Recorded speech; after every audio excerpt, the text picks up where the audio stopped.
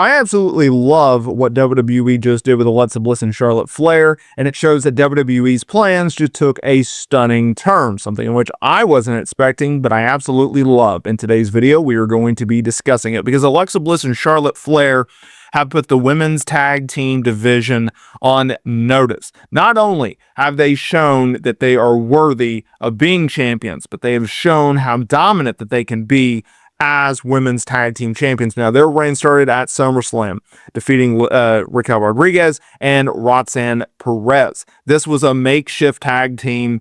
WWE has done this numerous times in the past, and they decided, you know what, it worked in the past, let's run it back again. Let's take two top-tier main event former world champion stars, let's put them together in a makeshift tag team and see what happens. It's either going to work great and they're going to get over, and it's all love and rainbows, or it's going to be horrendous, and we'll just break them up, do a turn angle, and let them feud.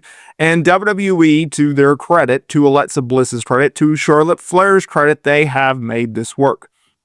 They have quickly become one of the more interesting tag teams that WWE has. I mean, they do tremendous work in the ring together, and it's a really fun act, right? You have the chaotic Alexa Bliss, you have the overconfident Charlotte Flair, and instead of doing like an odd couple pairing where they bicker and they don't get along, they just kind of jive. They just kind of, it's a smooth transition within their personalities, and it really makes for fun television. And, you know, it makes things better that they can actually go in the ring, they can work their tails off, and they can do tag team wrestling pretty nicely. And so since SummerSlam, they've defended across Raw and SmackDown and NXT, and they've defended against a lot of top tier teams.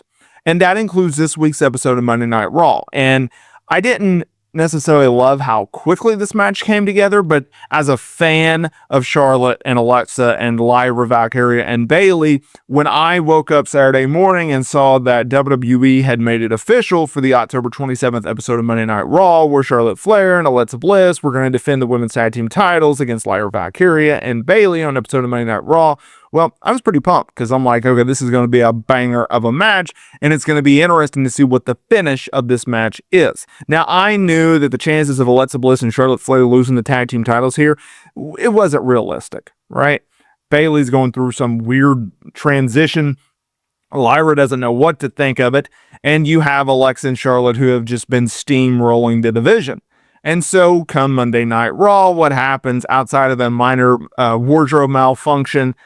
It is a situation where, you know, Alexa and Charlotte, they went over, they retained the tag team titles. However, things took a very interesting turn where after the match, Bliss and Flair were blindsided by the Kabuki Warriors. That's Asuka, that's Kairi Sane. Now, they just got out of the program with Rhea Ripley and Io Sky. Now, what makes them worthy of a tag team title shot? I have no idea, but they went after the champions. They laid out the champions. Asuka even held Flair down for Kairi Sane to hit an insane elbow off the top rope. And when they turned their attention to Lyra, it was actually Bayley who was surprisingly stepping in front of her partner, staring down the challengers, and they backed off.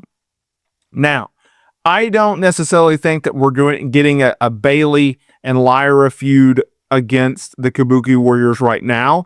This clearly set up a tag team title match between Charlotte Flair and Alexa Bliss and Asuka and Kairi Sane. Now, I don't know, as of this recording, now this may change.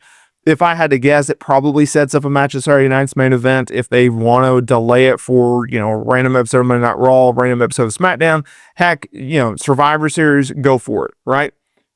But if I had to guess, I think it's going to be Saturday night's main event. As of this recording, there's about 4 matches on that card. They like to have 5. I can see that happening.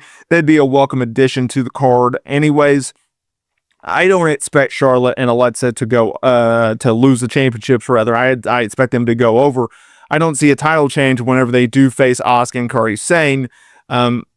Based off their recent performance, I don't see a reason why you should put the titles on them. I don't see a real reason why you should even take the titles off of Alexa and Charlotte at this point. I don't have a tag team who I see can actually dethrone them right now, but that's really not even in my current mindset. I don't want Alexa and Charlotte to break up. They're really, really entertaining. They're doing a lot of good stuff on TV, and I enjoy it. So now you have a somewhat legitimate threat, at least stars with some name power to go in there, challenge them for the titles, and have a really, really fun match. And hopefully they don't just fast track this. Hopefully they'll build it up just a little bit. Like, why did Asuka and Kairi attack them? What are their motives outside of just tag team gold? Why did they pick then? How does Alexa and Charlotte respond? Like, there's areas and arcs and different pathways that you can go with this storyline. At least give them that, right?